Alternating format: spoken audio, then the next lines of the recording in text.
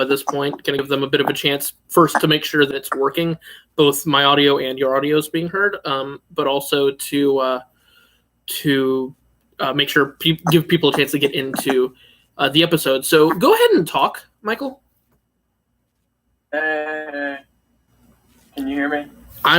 Anyone who is watching, if you can see if Michael is talking or not, if you can hear him talking. You don't see him. To anyone who's watching, you can't see him because we had technical difficulties. We can only get his audio, I think. But the point is to make sure that his audio is in fact working. So Michael, again, speak, please. Hello. So I don't know if that works or not. Right now, there's only one person on the live stream. So if that one person could, verify to make sure that it is indeed working. I'm going to go ahead and start. Worst case scenario, the people don't hear you, and then that means that I'm talking to nobody for the first 10 minutes or so, which would be weird, but yeah. We're just going to go ahead and go with it and see what happens. So, hello, ladies and gentlemen of Vanderbilt and the entire YouTube world, and welcome to Terrier Talk, Season 2, Episode 33. A little bit of an odd one here. I am interviewing Michael Charbonnet. Go ahead and say hi. But, of course, with all of the COVID-19 crisis, we can't see each other in person, so we had to use a Zoom meeting, but unfortunately we had some live stream technical difficulties, and we were not able to get his video. I hope his audio is working. I hope you guys can hear him. If you can't hear him, please tell me as soon as possible to see if we can fix it, but hopefully you can hear him, but you can't see him, so bear with me with I had you on at the beginning of the season this year for talking about soccer and all the potential, all the ambition, all the promise for the soccer season. You guys lived up to it tenfold. Any expectations we could have had with a year one coach, with everything. The young team now growing, now experienced with so many seniors, and you guys, as much as, and we'll talk about the end of the season and the final game, but as much as that, what do you want to say before we talk about, obviously, the big thing? What do you want to say about the soccer season just as a whole and how you felt about it? I mean, honestly, it was it was really fun for me. Mm-hmm. Obviously, we do want to win it all, but we fell short and we lost to a good team. And, we were so close as a team, mm-hmm. and that kind of stung, but stuff happens like that. Like, you win some, you lose some. And we lost to a good team. And it was a close game. I mean, it went into overtime. And, the younger guys are going to step up next year and hopefully be good. Yeah. And, I think it's a bright future for them, too. Yeah, I think this team definitely does have a bright future. It was something that I'd been saying, and a lot of people have been saying over the last year before the season, that it was a young team. Last year, you guys only had 3 seniors, but eventually that young team becomes an experienced team, and right. You were that this year, and you played like it. Even and the young players had roles; they were strong role players, and they will be able to succeed. You guys, a lot of the young were starters. Right. Josh, probably one of the biggest contributors on the team. Mm-hmm. And that's a bright future for you guys. But you saw even now, not just the future, but the present, of course, was great. And you had great success, the number 1 seed, so few losses, so few goals given up. The defense, of course, you're playing the midfield, so really both sides of the ball are can be largely attributed. It's not just you, obviously, but your play can be seen as a large part of both sides of the ball. But of course, there's the one game that's important to talk about, the U High game. So, of course, just a little bit of background. There was the 1 versus 2 seed state championship, and came up short at the very end. Take me through that game. Like, what happened throughout the game to cause? Obviously, it's a very close game. Like you said, went into overtime. But what did you see throughout that game that explained what happened? It was kind of like, honestly, both offenses, like U High's offense struggled against our defense, and our offense struggled against their. I felt like it was two very, very good defenses and very good offenses, but like the opportunities, there were not many opportunities for either team. Right. Like, I mean, U High maybe had 4 opportunities. We maybe had 3. Mm-hmm. So it was just who was going to score first was most likely going to win. And, in the first overtime, with a minute left in the first overtime, they scored. Right. And then we only had 10 minutes left. And they were kind of just kicking it out and trying to waste time, which, I mean, we would have done too. Right. I mean, that's soccer. Yeah. I mean, obviously you want to win. So, yeah. They just did that. And, we couldn't have, nobody was out there, like, not trying. We couldn't have done anything for it. It was just, two of the best teams in the state overall. Mm-hmm. Like, they had a voting after the season, and both of us are at the top 10 throughout all divisions. Right. So I definitely it felt like one of those games that, like, if you guys played 10 times, one team wouldn't win more than like 6 of them. That's the sort of probably 5-5. Right. They were good. I mean, both elite teams with elite production and elite talent, really. I mean, on both sides, and it just happened to not fall your way. I know. First of all, I was there. It was cold. It was very cold. It was freezing, and that doesn't make things easier. Especially, they're a little bit farther up north than us. That might have had a bigger impact on us than them. I know the conditions didn't make things any easier on you guys, especially with the to know that the future is going to be so bright for you, even with this tough loss. Keeping in mind that it is still a. Oh yeah. So honestly, I would rather leave a lasting. Okay, say we lost, but I would rather leave a lasting impression on those younger guys so that they can go out there and win. Yeah, I definitely know what you mean there. That's when they have a bunch of sophomores who are going to have the same opportunities, and they just need to know that you can't waste the opportunity whenever it's there. Right. Because it goes by. It does go by fast, and I do see a little bit of a similarity now. When I say the soccer had a little bit of success before this thing happened for both teams, but I do see a little bit of similarity between these two seasons with soccer and football. Now, like I said, soccer had more success both before and after.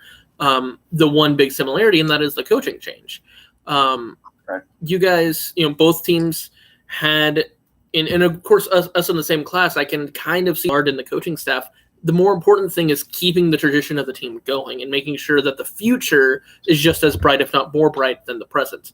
And I definitely think you guys succeeded in that. Obviously, the future was great, and the present was great, but the future can be even better than that. And I would like to hope, obviously it's a little bit off topic, but I'd like to hope the football team has a similar situation. I hope we left them in a similar state. Yeah, and I was speaking on football. I have a bunch of friends that play football, mm-hmm. and they both kind of feel the same way that I do about soccer. Yeah. I was talking to Chris, and he said that the coach basically thanked all the seniors after mm-hmm. the season because of the impact that they're going to leave. I think that's the most important thing. Yep. It definitely is, and I feel like both the football and the soccer teams have succeeded in doing that, have succeeded in leaving a lasting impact and making sure that the future, the youth of both teams are going to be just as successful as they possibly can. And ultimately, that is the most important part of being a senior, that leadership, that making sure they follow up in what we have done.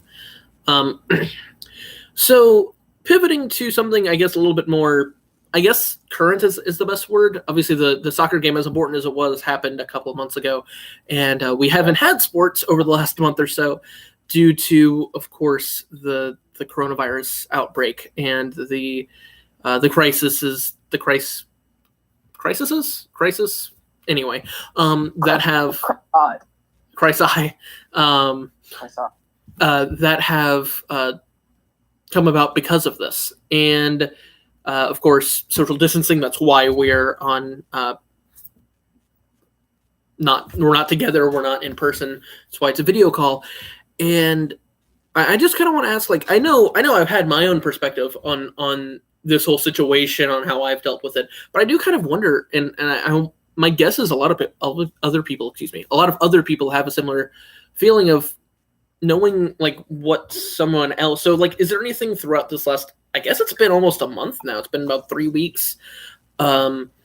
Anything like you've noticed that's been, obviously there are things that are different, but anything you've noticed that you think is worth discussing about this situation? I mean, like whenever I first found out that school was going to be canceled for like 2 weeks or something, I was happy. I was like, oh, sweet, like 2 week break. But then it kind of sunk in, that we're not really going to have like senior breakfast, we may not have a graduation. Right.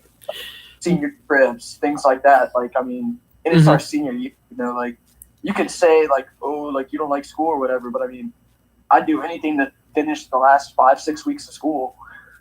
Right. I mean, ultimately those 2 weeks turned into a month, which turned into what's looking like 2 months, and maybe we're not going to see each other in person again at all. Exactly. People that you see every day, you may never see them again. I mean, right. People going out of state, like literally, you may never see them again. That's crazy. It's one thing when our final time seeing each other in graduation, which is normally like for 5 years we've been preparing for that being the last time we see each other, but no, it's just like that, and it disappears. It's like our last day of school could have just been the last time we took an exam. Like, right. It's just crazy. For most of the senior class that Thursday, and for some of us who had religion that last Friday, but no. Right. Anyway. And I know how much work and time I put into soccer. Psychologists were looking at their senior year in high school. I mean, that really does stink. It's really unfortunate, especially like you said for those college-bound athletes. I interviewed Brennan last week, and he's right in that situation. He's one of the best examples of that, of this really being unfortunate for him, especially since for college, a lot of those seniors are going to get that year of eligibility back, and that's going to set him back for a year potentially once he goes into college next year. Say like aspiring juniors who just earned a starting spot, now they're only going to have 1 year to show what they can do. I mean, that really does stink. Yes, it's just, and it's really unfortunate. Baseball, softball, track, any of the spring sports. I know tennis had a lot of success last season, and they were looking for one more window of potential, regional success. And obviously, they'll be great in the future, but a lot of seniors are leaving for them, and that's really unfortunate. All the spring sports, it's just. It's kind of sad. I mean, yeah, it is. A lot of people have been in those sports their whole lives, and and for most of them, this is their last chance to do it, and they lost it. Exactly. It stinks. Yeah. Well, is there anything else you want to discuss before we finish up this portion? That's about it. But thank you for having me. Oh, you're welcome, for sure. Thank you for coming on. All right. I'll see you later, AA. See ya. All right. Bye. Bye. Okay, so hello. Greetings. Thank you for commenting. But before we go into the NFL portion of the episode, I do want to say, A, thank you to Michael for coming on, and B, I assume his audio was working. No one said otherwise, so I'm going to assume it was working. If not, then I was talking to nobody for 15 minutes. I really hope that's not the case. But either way, we're going to go ahead and move on to the other portion of the episode, and that is the NFL mock draft. It happens whether it's going to be in real life or virtual. The mock draft is going to take place April, I think it's 26th, 27th, 28th. I might be wrong on that, but basically the last week of April. So we still have about 4 weeks before it takes place. And so that's 4 more weeks for me to do more descriptions of these different mock draft, of these different potential talents and where they should go.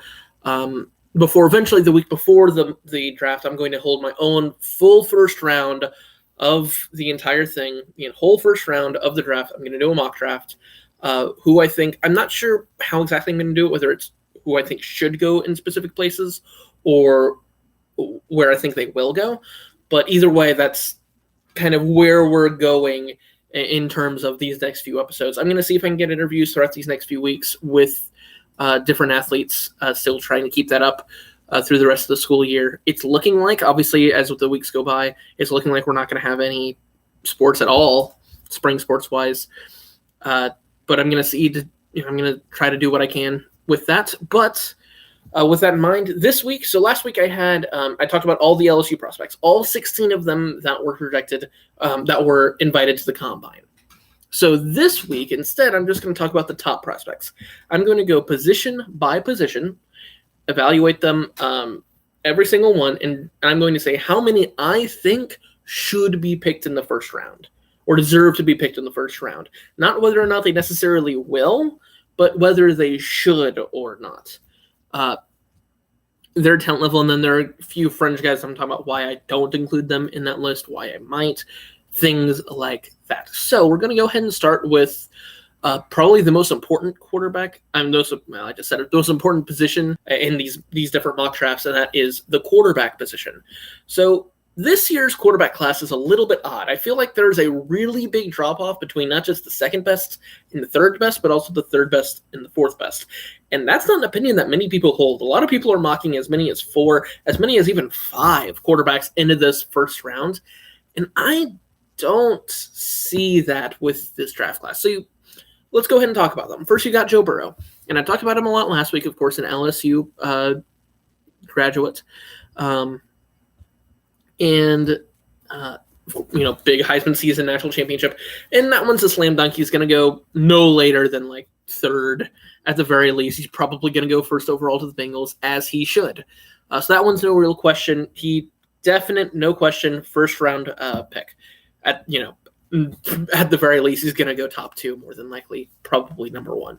Then you have Tua Tagovailoa, the guy who probably would have gone first overall to the Bengals if he didn't get injured throughout Alabama's past season. He seems to be pretty he's going to be healthy, probably, but he seems pretty injury prone as of now, which is the big reason he's not going to go first overall. But he still has that talent. It's not like 2017, 2018 Tua just disappeared after he got injured. He's still that player, the player with some of the most obscene efficiency stats you've ever seen from a quarterback. And he is definitely 5-pick talent. He should go probably 5th to the Dolphins. I don't think a team like the Redskins, Lions, or Giants should pick him 2 through 4. I don't think they need him. I don't think they need to use that draft capital when people like Chase Young and Andrew Thomas and Jeff Okudah are going to be there.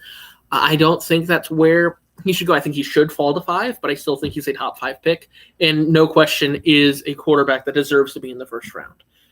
After that, things get kind of interesting.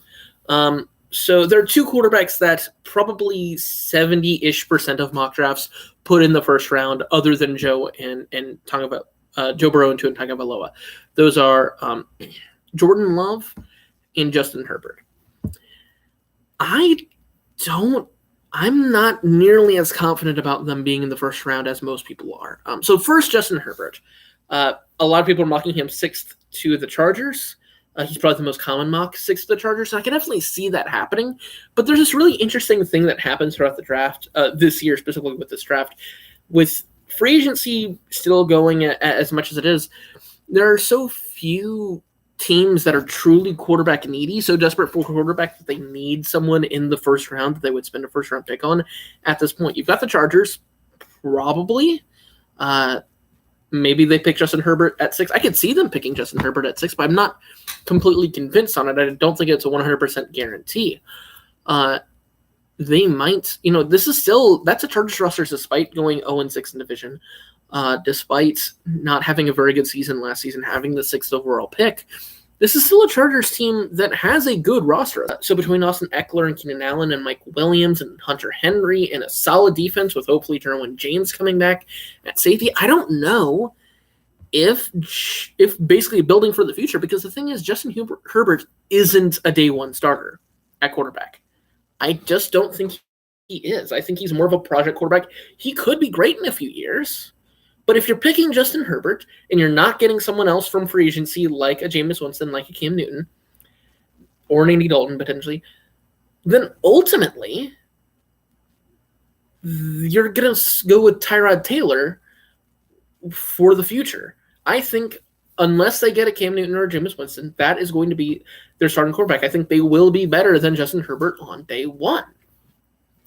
So with that, do you spend a first-round pick, the 6th overall pick of the draft, Justin Herbert, with a roster that I think can potentially win games this season, even if their division has the defending Super Bowl champions in the Chiefs? Or do you do what I think is maybe better for them and pick someone who will be more valuable, like a defensive lineman, a Derek Brown type, to go with? Pick maybe a defensive lineman to go with Joey Bosa, like a Derek Brown type, or maybe Mekhi Becton to help the offensive line for the eventual next starter. Tyrod Taylor maybe is a franchise guy, maybe can get you to the playoffs. I mean, he did in 2017 with the Bills.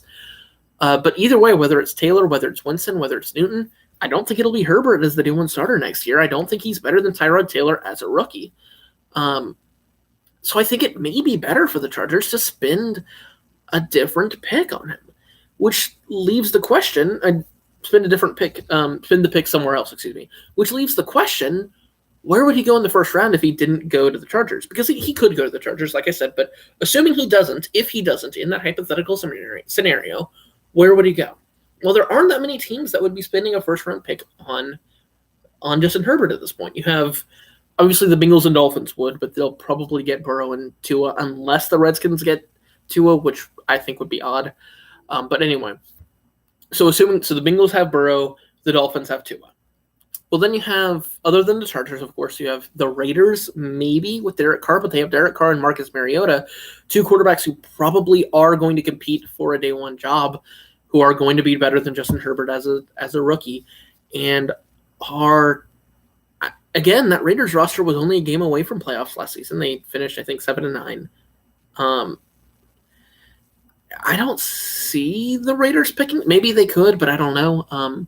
Then you have, who else? The Patriots. I don't think the Patriots are going to spend a first-round pick on a quarterback. I don't think that would happen. That just doesn't seem like the Bill Belichick way. And then after that, who else do you have? Maybe the Steelers pick him? Maybe that's the perfect roster for him.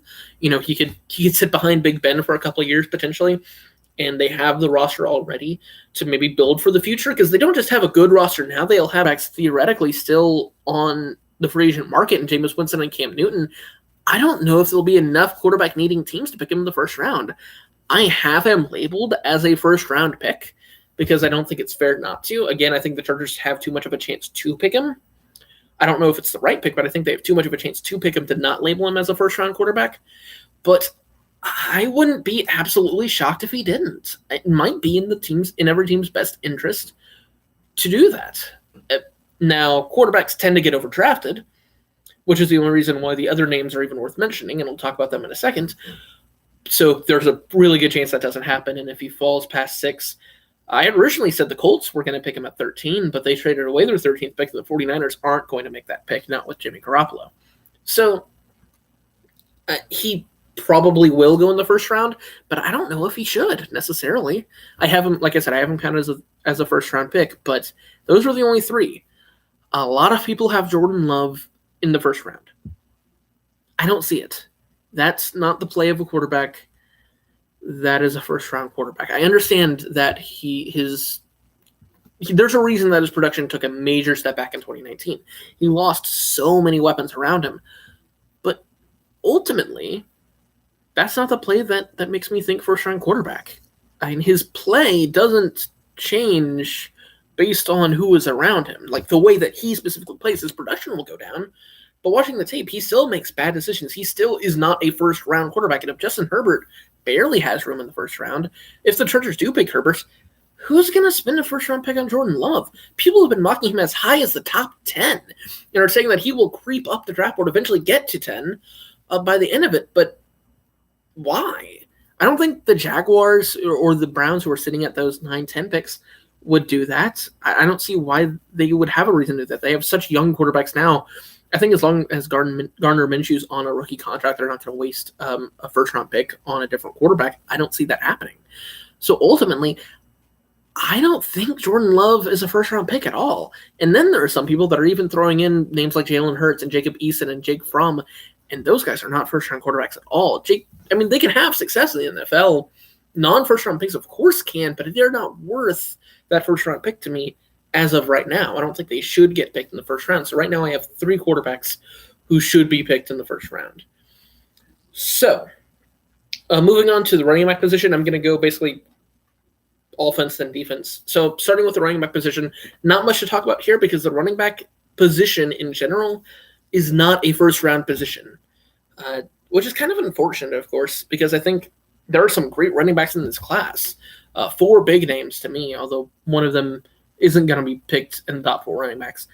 You have DeAndre Swift, J.K. Dobbins, Jonathan Taylor, and Clyde Edwards-Helaire. But I think Edwards-Helaire is probably a day 3 guy, not even a day 2 guy, ultimately. Dobbins and Taylor are day 2 guys. And then there is one running back that could be picked in the first round, and that is DeAndre Swift. He's the most all-around, complete talent at running back. And the thing is that because ultimately running back is such a not valuable position because they have such small shelf lives that it's not worth it to me to pick a running back in the first round now. It just, no matter how great the running back is, it's not worth it. I thought it was a mistake when the Giants picked Saquon Barkley a couple of years ago in the first round. I don't, as great as Christian McCaffrey is, just because of the short shelf lives of running backs and their relative little impact, I think, on a game. Yeah, McCaffrey's great. Ezekiel Elliott's great. Saquon Barkley's great. There are amazing running backs. Derrick Henry, there are great ones. But if you don't have the offensive line, if you don't have the scheme around you, there's not as much that they can do. And ultimately, the best running back in the league last season was Christian McCaffrey. And we saw how that team did. Now, there are a lot of other reasons that happened, but that at least shows the sort of concerns that I could have with picking a running back in the first round. So there is one team that can pick a running back in the first round this season, and that is the Kansas City Chiefs. At 32, I've seen a lot of mocks, and I do agree with these mocks, that DeAndre Swift could go there. But outside of that, nothing. No one should be considering a running back. As great as they are, I said it last week, I love Clyde Edwards-Helaire. He's great. But as great as they are, I don't see it. I don't see teams that have genuine other needs. Think about those late round 1 teams. The Patriots already have a stable at running back. The Packers already have a stable at running back. The Saints already have Alvin Kamara, and maybe they want to pick someone, but not in the first round. And you can get 80% of DeAndre Swift in the second or third. Well, they don't have a second, but in the third, I don't think you spend that much on DeAndre Swift unless you're the Chiefs, maybe. So moving on to wide receiver, wide receiver is one of the most popular positions to talk about with this year's class, and I get why. It's such a fun wide receiver class. But ultimately, with what I'm talking about, with just the first round in mind, there's actually a lot less to talk about here than you would think. I have listed 5 I think will go in the first round. CeeDee Lamb, top 10 pick, no questions asked. Jerry Jeudy, top 10 pick, no questions asked. They're at least top 10 talents. Maybe they fall into like the 12, 13, 14 range, maybe. But they're top 10 talents for sure. Henry Ruggs, probably, unless Lamb and Jeudy fall a lot, probably won't go later than 15 to the Broncos. And then you have T. Higgins and Laviska Shenault, who are both kind of late round 1 guys, more tall. T. Higgins more of a tall tree type wide receiver, I guess we want to call him that. Go up and I point the ball. T. Higgins, Laviska Shenault, is more of a Swiss Army knife. Can be played anywhere, any position, in any situation. Both great, probably both late round 1 guys. But past that, I don't think a lot of these guys go. It's not just good, it's not just great, but so deep. The thing is, not just the people in the draft, but also the free agents this season have lost so much leverage because of how great this wide receiver class is. Why would I go get Jalen Reagor in the first round when I can get 70% of Jalen Reagor and KJ Hill in the 5th? Why would I go get T. Higgins in the first round when I can get Chase Claypool or Denzel Mims in the second or third? There are legitimately 30 wide receivers that could be maybe not starters, but role players this season in the NFL. 30. That is a monstrous number. And because of that, I don't know if it's worth it to spend late round one picks. And these are teams that desperately need great wide receivers. I mean, the Bills need a wide receiver one. The Saints need, well, the Bills have Stephon Diggs, so maybe they probably won't pick a wide receiver one anymore, but the Saints need a wide receiver. Well, again, Emmanuel Sanders, but still need more wide receiver depth. The Packers need a wide receiver two. The Patriots need a wide receiver two. I mean, there are so many teams that are very good in those late round one picks that need great wide receivers. The Steelers more of a mid pick, although they traded there. But anyway, point is, lots of good. The San Francisco 49ers, although they might go get Ruggs at 13, so many great teams need great wide receivers. But once you get past Lamb, Judy, Ruggs, and maybe Higgins and Chenault, I don't know if it's worth it, whether it's because the scheme fits, depending on the receiver, or because of the exact situation with their roster and what they could get in later rounds. I don't know if it's worth it to those people to pick those kind of players at that point in the late round one. I think a lot of them, Justin Jefferson included, like I talked about at length last week, will end up falling around two, and there are plenty of round one talents. It's not really a question of if they're talented enough. Again, Chase Claypool, Brandon Ayuk, Denzel Mims, Jalen Reagor, maybe KJ Hamler, all maybe deserve to be in the first round, but a lot of them aren't going to be in the first round because whether there's not enough room for them or because of just how much depth there is in this wide receiver class in general. It's such a fun wide receiver class to talk about. I mean, I could go on for days about these wide receivers, but in the first round, it actually somehow makes things less interesting or less draftable, I guess, if you want to put it that way. So moving on to the position group that I think will take the spot for the most picks in this draft class, that is the offensive line. The offensive line class is absolutely stacked at the top. The wide receiver class is more deep. There are 30 legitimate NFL wide receivers.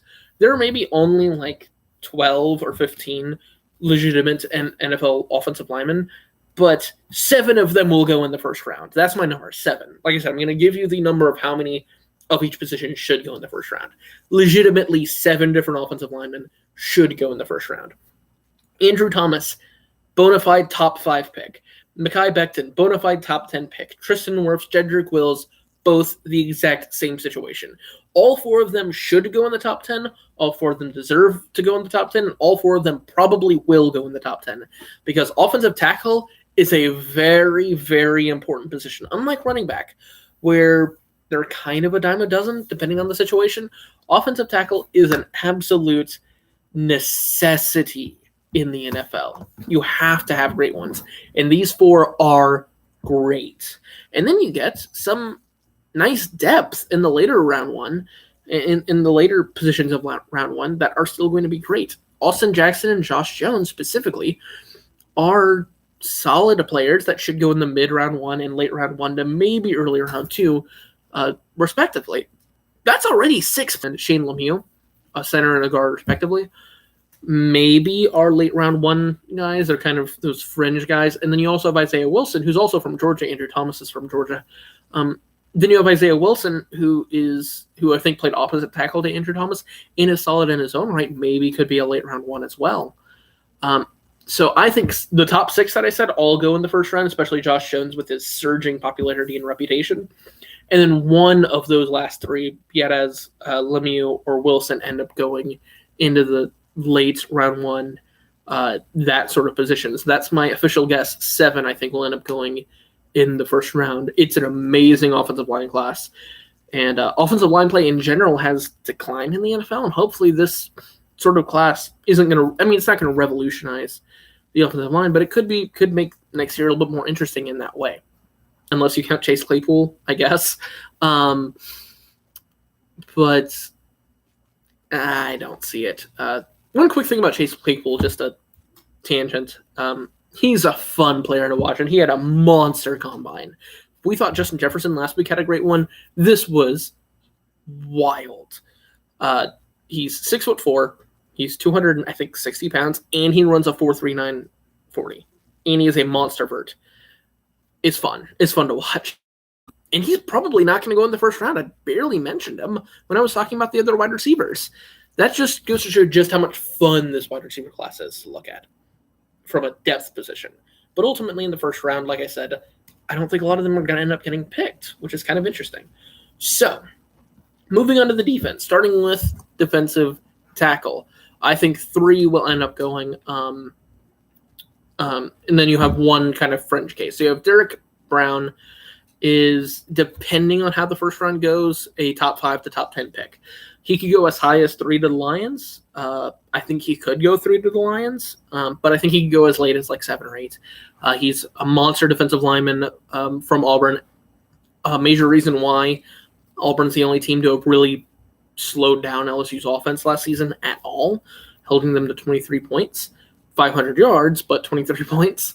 And I mean, he is a truly elite defensive tackle prospect. He would be the best defensive lineman in the class if there wasn't a certain other guy we'll talk about when we get to the defensive ends. But he's a bona fide top 10 pick, maybe even top 5, depending on how things go. Could go as high as 3 to Detroit, 4 to New York, potentially. Then you have Javon Kinlaw, who I'm a little bit lower on than the average person is. A lot of people see him as a top 10 pick as well. I see him more of a top 15 sort of. Maybe he goes as late as like Cowboys at 17. Probably doesn't go to the Cowboys. Cowboys have too good of a defensive line, but probably goes a little bit higher than that. In that 11 to 14 range. I don't think he falls past the Broncos. Just somewhere around there, I think he ends up going. Maybe like the Jaguars at 9, maybe something like that. Maybe that's the Dolphins' second pick at 12. Who knows? And then finally, Justin Mabuiki from Texas A&M is a potential late round 1 pick. I've seen a lot of mocks put him in that 27, 28 range. I think that's where he ends up going. I think he deserves to go right about there. And then there's one fringe name, Raekwon Davis, I've seen mocked a lot in the first round. I don't see him as a late round 1 guy. He might go late round 1, but I don't think he quite will, so that gives us 3 defensive tackles. Now, defensive end is a very different position from defensive tackle, despite their relative proximity to each other on the football field. Edge rusher is maybe the most important position in football behind quarterback and offensive tackle, just by their value, how much they command on the open market, how much they command in draft stock, in general, super important.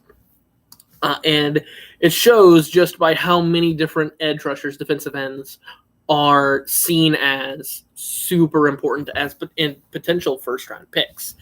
So first off, there is the quintessential edge rusher. I'm going to talk about him for a good bit. So let's talk about Chase Young. From Ohio State, he is the best player in the class. And I say that as an LSU fan, a Joe Burrow fan. Of course, I know a lot of people watching it right now. Same thing. Love Joe Burrow, and he will go number 1 probably to the Bengals. But ultimately, if the Bengals weren't quarterback needy, they should be picking Chase Young. He is a generational prospect on the same level as the Bosa brothers and Bradley Chubb and Myles Garrett and Ndamukong Suh. I would put him on that level. He is truly that great. He's he is a Jadeveon Clowney type player. I mean, I think he really is that good. The single best, just true talent-wise player in the entire class. And he should not fall past 2. If the Redskins pick Tua Tagovailoa, as some people have been saying they will, that's a mistake. They should be picking Chase Young. And if the Lions get Chase Young at 3, they are probably very happy with that. But there is absolutely no way he falls past 3. He probably will not fall past 2. And ultimately, in most drafts, he probably shouldn't fall past 1. But he's great. No matter where he goes, he's going to be an instant success. And he's going to be a top 5 player, no questions asked. Moving on to Caleb Von Chasson. I talked about him a lot last week. Some people say he's the second best edge rusher in the class. I'm not one of those people. I don't think he's that level. I don't even know if he's a round 1 guy. Then you have two players that I think are mid-round one picks. Ignatius Gross-Matos from Penn State, a name I probably butchered, and AJ Espinoza from Iowa. Both pretty great edge rushers, but have some holes in their games. But they're two players that I've seen fluctuate a lot in draft stock throughout the last few months. I've seen them as high as like 8, 9, 10. I've seen them as low as in, maybe not quite second round, but like 25, 26, 27. I think they fit somewhere in the middle, 15, 16, 17, 18, right around there, both of them. I think that's ultimately where they end up going. But they could definitely both be either overdrafted or underdrafted for sure throughout this draft. It just depends on how things fall. But I think both of them do end up going in the first round. And then you have John Grenard and Terrell Lewis, who are both fringe late one picks that I think would only be picked here because of the importance that the edge rusher places. They wouldn't be picked before K'Lavon Chaisson. There shouldn't be picked before K'Lavon Chaisson. But I don't think K'Lavon Chaisson ultimately is a first-round pick either. I say 3 defensive ends, despite there being a lot more names that are thrown out there than defensive tackle. So moving on to inside linebacker. This one is a bit rough. You have basically Kenneth Murray or bust at inside linebacker. There is one solid inside linebacker. Kenneth Murray from Oklahoma is great. I mean, I think he's a top 15 pick, maybe top 20, mid-first round pick. But there are a few teams that desperately need inside linebacker, and this is not the draft for those teams. One of them, namely, is the Green Bay Packers. I'm a big fan of them specifically, and it's pretty unfortunate.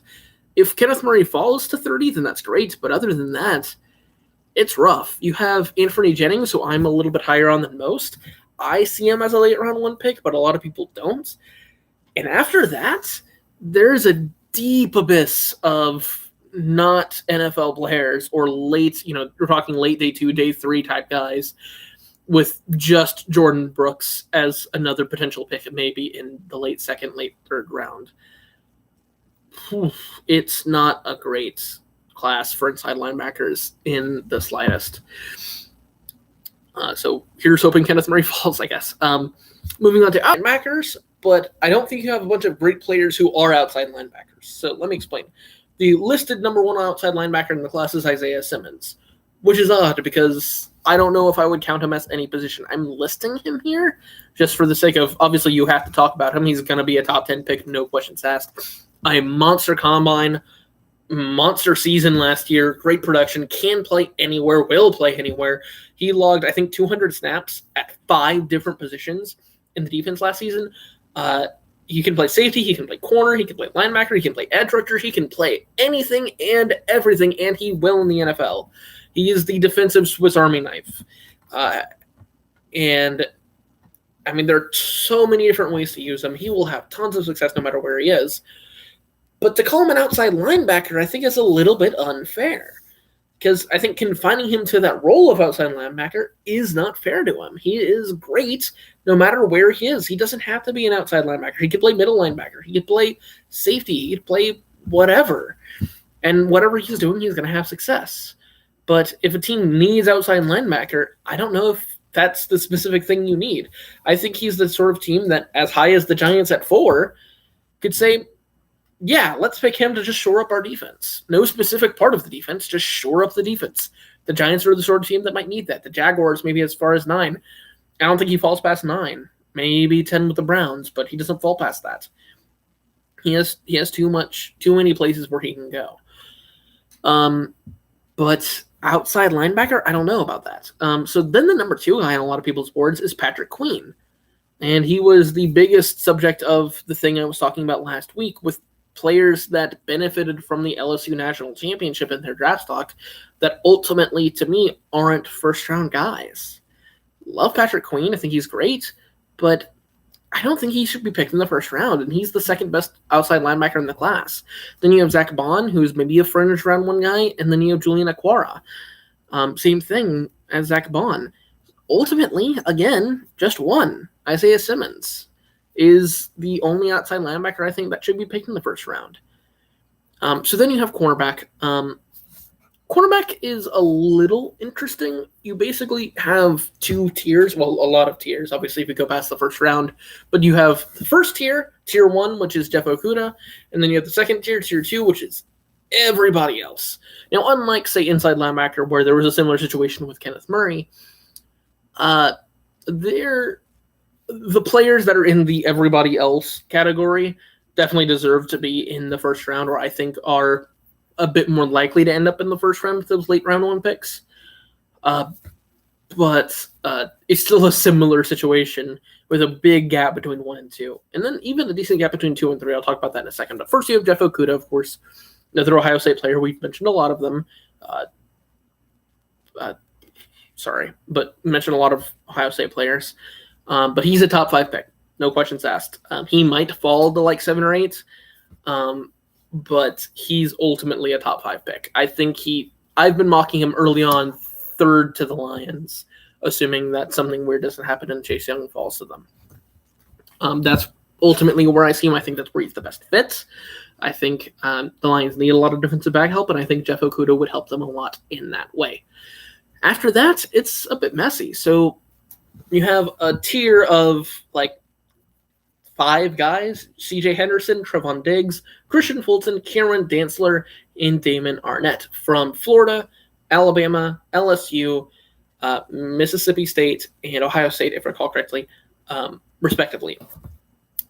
And it's an interesting situation because I could see any of them being picked in the first round, and I could see all of them except for 1 not being picked in the first round. I ultimately decided that I think 3 of them will end up in the first round. C.J. Henderson, I think throughout his combine, rose a bit above the rest of them, kind of a tier 1.5. I could see him going as high as 17 to the Cowboys. He's probably more of a late round 1, like 2021, 22 type of guy. But I do think he's made himself the second best cornerback in this class. But then you have Trevon Diggs and Christian Fulton, who I think are going to end up being in that late round 1 category, that late 20s. I think I've said this before. I think Christian Fulton's a great fit for the Saints. Trevon Diggs, same thing. I think those cornerbacks, I think that's where they end up going. And then Cameron Dantzler and Damon Arnett find themselves as solid late day 2 guys, ultimately. And then finally, you have safety. Safety is interesting. So you have 2 solid mid to late round 1 safeties. You have Xavier McKinney and Grant Telpin. I mentioned them last week that they will both go round 1. They'll go anywhere between 17 to the Cowboys, who need a defense, who is aging immensely. They'll go somewhere between those picks. It's a lot of picks, but they could go anywhere between those 2. They're not going to go earlier than that. They're not going to go later than that. I think they'll both get picked by then. But after that is a bad safety class. It's not something, it's one of the least deep classes in the entire draft class. It's less deep than quarterback. It's less deep than running back, theoretically, although I think running back has a lot of talent. They're just not very valuable in the first round. It's less deep than inside linebacker. It is rough. You have 2, and then that is it. No one even else should be sniffing the first round. So that ultimately is it for the for those projections. As we go on, I'll get more specific. I'm not sure exactly what I'll do next week, but like I said, the last week before the draft, I will ultimately talk about my mock draft, and then the week afterwards, I'll obviously overview the draft, what actually happened. But that's where I see each position group with the first round. That gives me a total of 30 people, which leaves room for a couple of guys that are those fringe type picks. Maybe some of the cornerbacks or linebackers, defensive ends, or maybe offensive linemen or wide receivers. Maybe Jordan Love, who knows? Interesting question from James Lewis. Is Japan's, I feel like, it got retracted. And I feel like it is a little bit too off topic, especially with no one being able to see the question anymore. So I'm going to go ahead and ignore it. Sorry. So, but anyway, so that gives us 30 picks. I apologize. So, like I said, I predicted 30 true first-round talents. That leaves room for a myriad of different positions to take those last 2 picks. Maybe quarterback, maybe O-line, maybe wide receiver, maybe defensive end, maybe linebacker, maybe corner. those that's kind of the situation. That's where I see the different positions, and I think that many teams will make mistakes in my eyes with that in mind. And ultimately, that's where I see this draft class, and I am looking forward to see how this develops in these next few weeks when we see more pro days, when we see more free agency, when we see more exactly how the NFL draft is going to end up working. But ultimately, whatever happens, I hope you guys enjoy, and I will keep talking about it. So, hope you enjoyed the episode, and I hope to see you guys next week, same time, same channel. I will see you then.